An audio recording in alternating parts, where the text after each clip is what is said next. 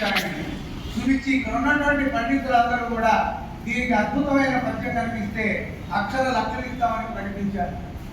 ఎవరికి వాళ్ళకి కొన్ని చెప్పగలరు, కొన్ని చెప్పలేరు. చెప్పలేనంత మాత్రం తప్పు వాళ్ళకి కాదు. కానీ అందులో ఒకరు మా గురువుగారు లాంటి వాళ్ళు లేచారు. సూరం శ్రీనివాసులు గారు లాంటి వాళ్ళే లేచారు. ఆయన మూలాపేటకు చదువుకున్నారు, ఎట్టి చదువు. ఆయన నడిచే నిఘంటు సంస్కృతంలో ఏ అనుమానం వచ్చినా చెప్పగలరు మా గురువు గారు. అది నేను ఘంటాపదంగా చెప్తాను. అలాంటి వ్యక్తి లేచారు. ఆయన లేచి నేను చెప్తానని పద్యం శ్లోకం చెప్తానన్నాడు. ఎలా చెప్పండి అన్నారు.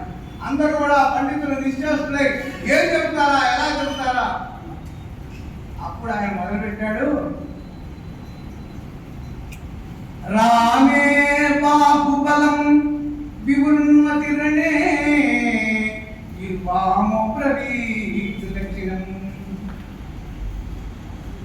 భోగే కర్మణి భోజనే చపురతో యుద్ధే కథం నతసే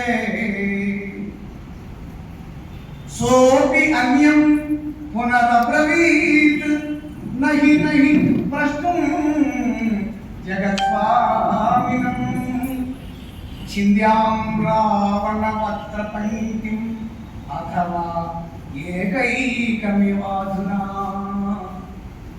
శ్లోక విడగొట్టుకుంటే అర్థమవుతుంది. రామే బాహుబలం వివృన్మతిరణే వామో బ్రవీత్ దక్షిణం. ఇలా అన్నారు కదండి స్టిల్లు.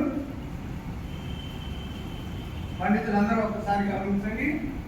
నారిని సాధించినప్పుడు ఆకర్ణాంతము కుడి చేయి ఎడమ చెవి దగ్గరికి పెడుతుంది. ఈ ఎడమ హస్తము ముందు పెడుతుంది. అదే కదా ధనుసు ఎక్కువ పెట్టేటప్పుడు వాళ్ళు చూపించిన ఆ చిత్రంలో కూడా ఇదే కదా స్టిల్ ఉన్నది. అప్పుడు ఈ ఎడమ చెయ్యి ఈ కుడి చెయ్యి రెండు మాట్లాడుకున్నట్టుగా మా గురువు గారు లాంటి కవి గారికి కనపడింది, అనిపించిందట. ఊహ ఎంత కొత్తదో చూడండి. కవి యొక్క హృదయం ఏమంటుంది తెలుసా? వామో ప్రవీత్ దక్షిణం. ఈ ఎడమ చెయ్యి ఈ కుడి చేతిలో అంటుంది కదా దక్షిణాస్తం. ఏమని? భోగే కర్మణి.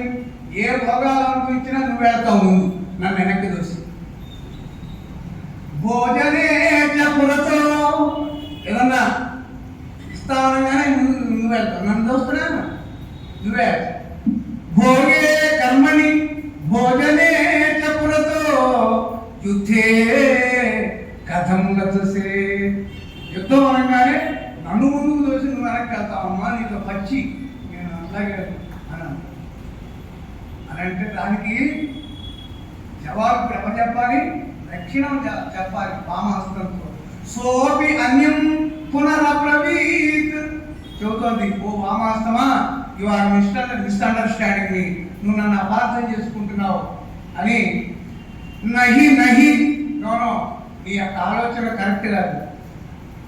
ప్రస్తుతం జగత్స్వామినం, నేను ఒక కాన్ఫరెన్స్ విషయంగా ఓ పర్సనల్ మ్యాటర్ మాట్లాడటానికి అని చెప్పి నేను రాముని చెవి దగ్గరికి, మన ప్రభు అయిన రాముని చెవి దగ్గరికి వెళ్ళాను. కానీ యుద్ధం అంటే భయపడి కాదు. ఓ వామహస్తమా ఎడమ చెయ్యి అని అన్నదట. ఇంతకీ అబద్ధం ఏమైనా చెబుతున్నాను అనుకుంటున్నామేమో.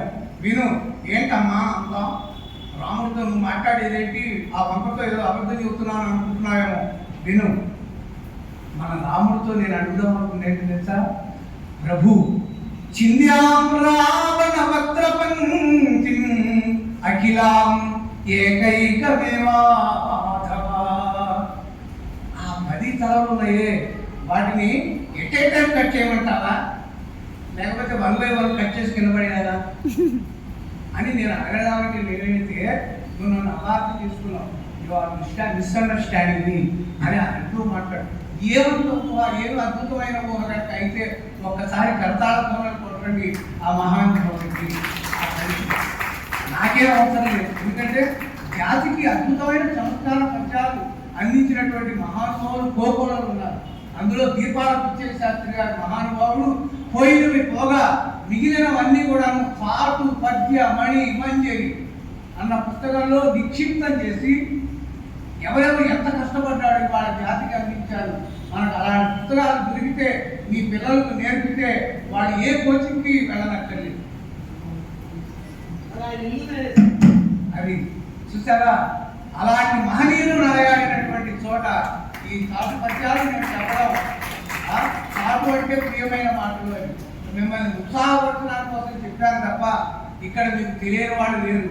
అయితే ఎవరికి ఏ విషయం తెలుసో, ఎవరికి ఏ శ్లోకం చెప్పాలో నాకు తెలియదు కనుక మీరేవో కొన్ని పూల లాంటివి పోసుకొని వచ్చి ఓ దారంతో సూత్రంతో అర్థం చేస్తూ 4 మాటల్ని నేను మీ ముందు ఉండే ప్రయత్నం చేస్తున్నానే తప్ప మా గురువు గారి ఎదుట నేను హనుమంతుల ముందు కుప్పిగంతులు వేసినాను అని భావిస్తూ వారు వేరే కారణాంతరాల వల్ల వెళ్ళవలసి వస్తున్నారు కాబట్టి శ్రీ గురుభ్యో నమః అని వారికి మరొకసారి వందనాలు అర్పిస్తూ మనం కొద్దిసేపు ఆ తర్వాత మాట్లాడుకుందాం.